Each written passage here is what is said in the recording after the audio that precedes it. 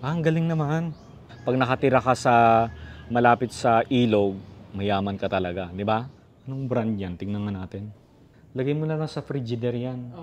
Pero yung brand ng refrigerator mo, Condura.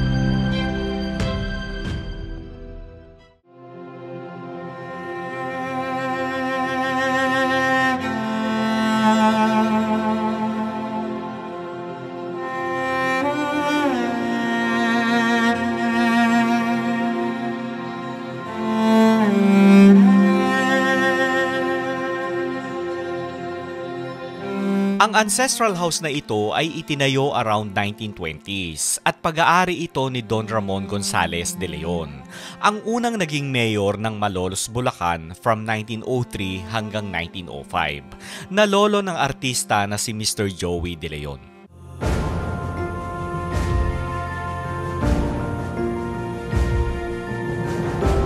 Sina Jose Esteban Suane de Leon at Emma Manahan Ramos ang mga magulang ni Joey. Si Joey ay laking Sampaloc, Manila at sa murang edad nag-divorce ang kanyang mga magulang. Pero hindi naman tumira sa bahay na ito si Joey de Leon, kagaya ng sinasabi ng karamihan.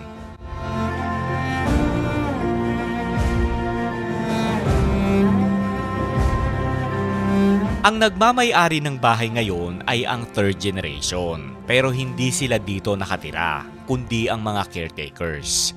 Nakakatuwang makita na hanggang ngayon ay inaalagaan pa rin ang bahay ng mga naiwang pamilya ni Don Ramon de Leon.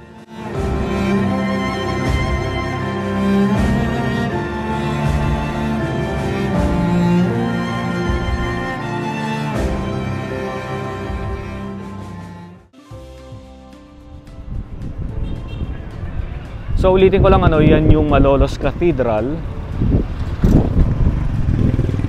Tapos ito yung pamahalaang bayan ng Malolos. So dito lang siya.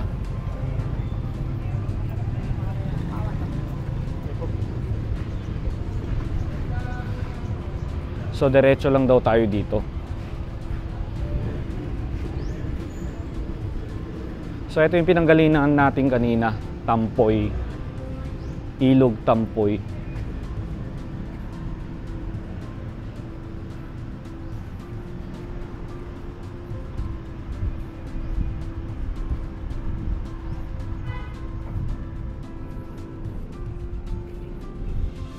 Sana mga kajubero papasukin tayo, no? Sana pwedeng pumasok.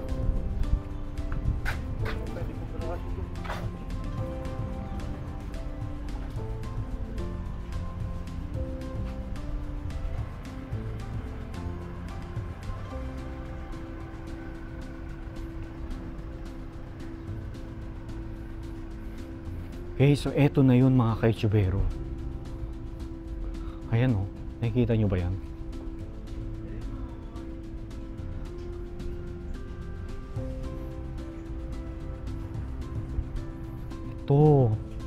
Ito na yun.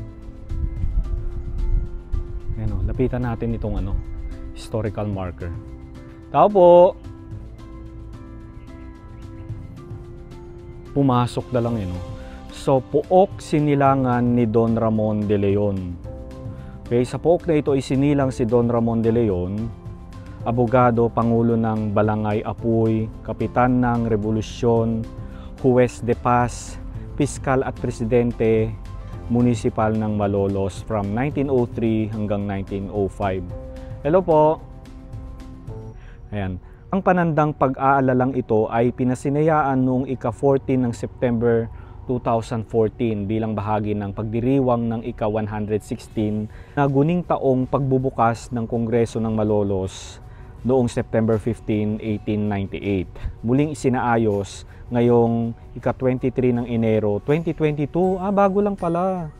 Kaalinsabay ng pagdiriwang ng ika-123 guning taon pasinaya ng unang republika.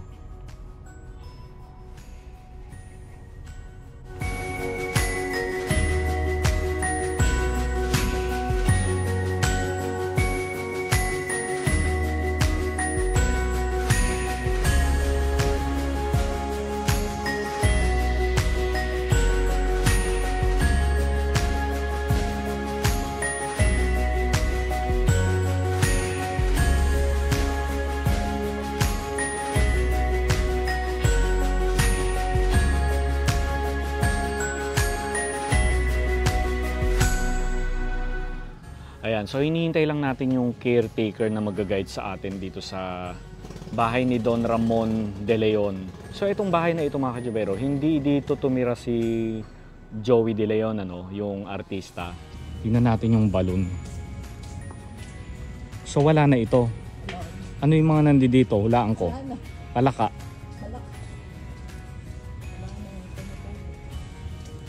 Ay, oo nga. Siguro nung araw gumagana. I'm sure yan, oo. Kasi nung araw naman talaga dyan tayo kumukuha ng tubig.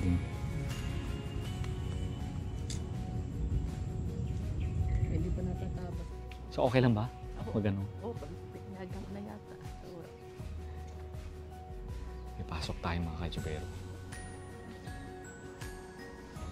Ang galing naman ng So ito talaga yung matatawag ko na ancestral house kasi yung nakatira ngayon ay kamag-anak pa rin nung dating tumira dito, no?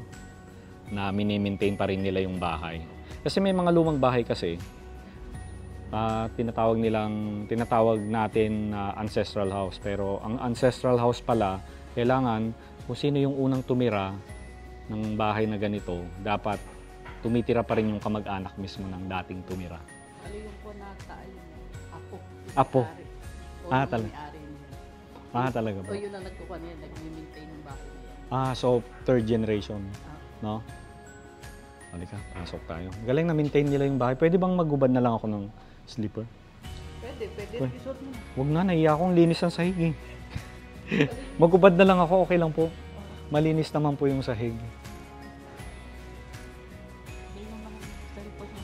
Oo, cellphone lang. Diba na? Opo. Ayan, pasok tayo. Nice. So, butaka na tinatawag.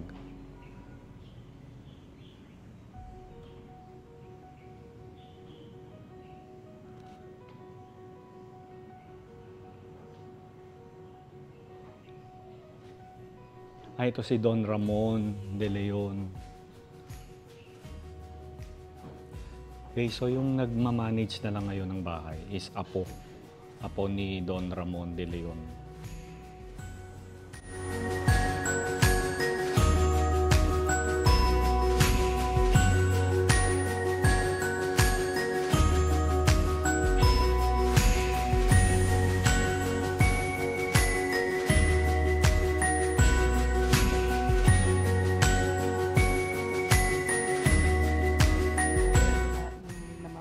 Yan yung Apo. Oo. Ilang taon na po siya ngayon? Tanda na rin, hindi ko alam. Hindi na. Ayan, yan yung Apo.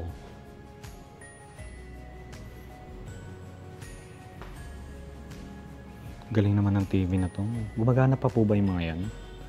Hindi na. Ang galing, ang ganda ng bahay. Malinis. Oo nga eh.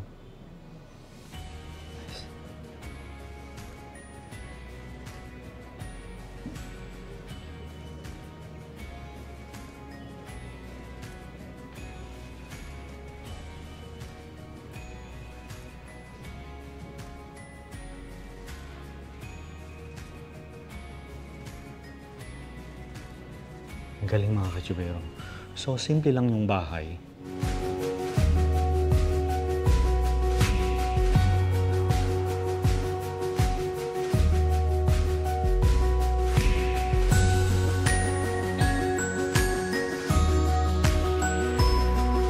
So hindi lang ako sure kung pwede nating pasukin yung mga kwarto. Feeling ko hindi. Pero tanong natin ano.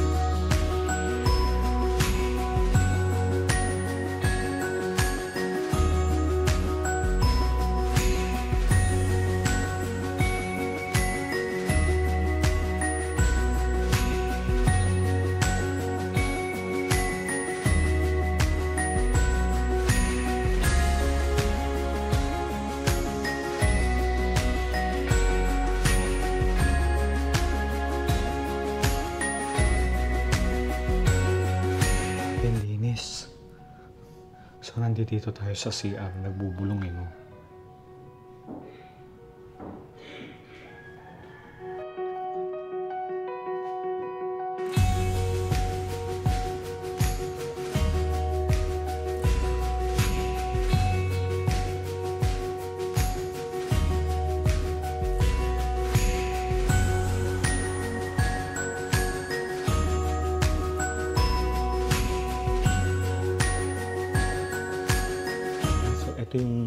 Yan ba yung sala, yung pinanggalingan ko? Kasi ito yung mga kwarto niya. Dugtong-dugtong lang siya, no? Para papunta ng banyo, hindi na naglalasan tayo. Ito bang mga gamit dito, original pa rin? O iba na to? Original. Ay, na nandito sa bahay? Anong pinasok din, alam mo doon. Okay. Halika na, labas na tayo. So makita yung kitchen natin.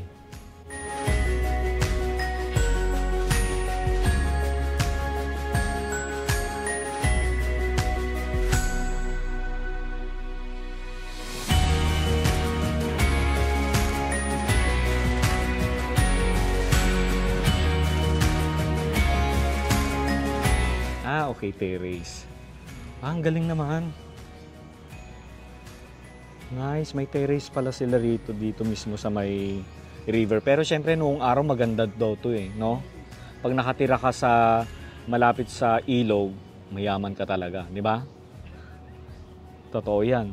Pero ngayon, lalo na sa Manila, no, pag nakatira ka na sa ilog, at saka mabaho na kasi yung ilog ngayon eh, no? Hindi kagaya nung araw, malinis. I'm sure ito nung araw pinapaliguan pa nila to, no? Yung ba na ako yung tulay doon, merong nakalagay na Nakapuntahan ko, oo. Ayun, yan. Etong bahay na to, kanino yan? Alam mo?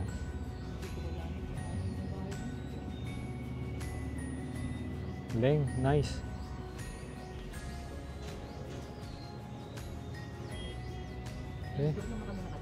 Saan banda? Itong part na to. Hindi. Yan ang dirty kitchen nila. Dirty kitchen. Yung nandoon. Doon kayo. Okay. Lawak ng corner.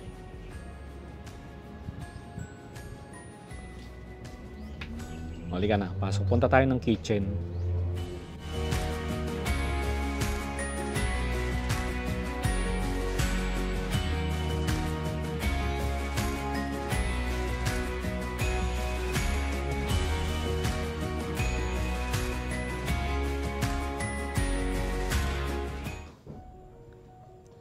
Wow, kitchen.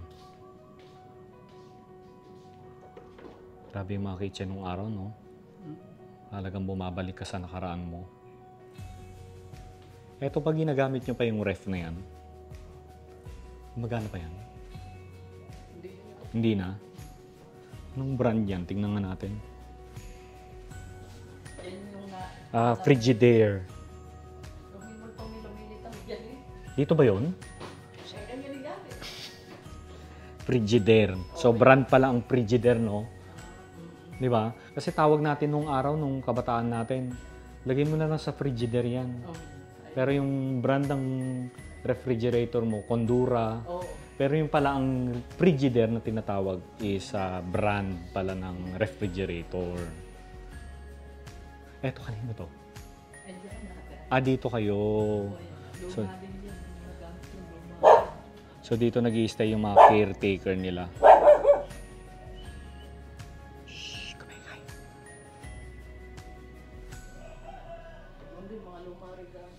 Talaga? Huwag na tayong pumunta doon.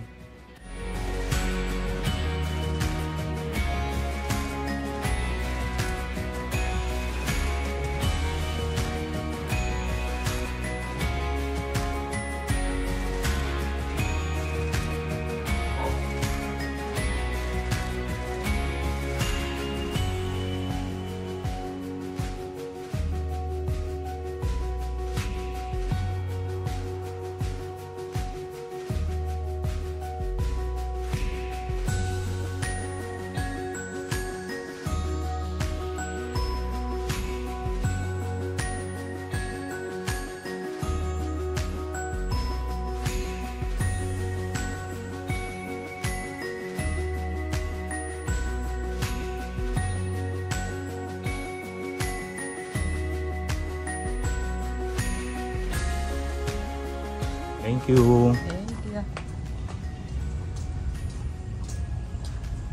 Ay, sa kanila rin din yun. Alin? Itong lote na to. Oo, kanila. Eto hindi na sa kanila. Kaya pala dyan nakapark si sir. Kinakatakutan daw. Haunted house daw ito, mga ka-YouTubero. So pinayagan na tayo ni Kuya na pumasok. Pinaka living area. Sala.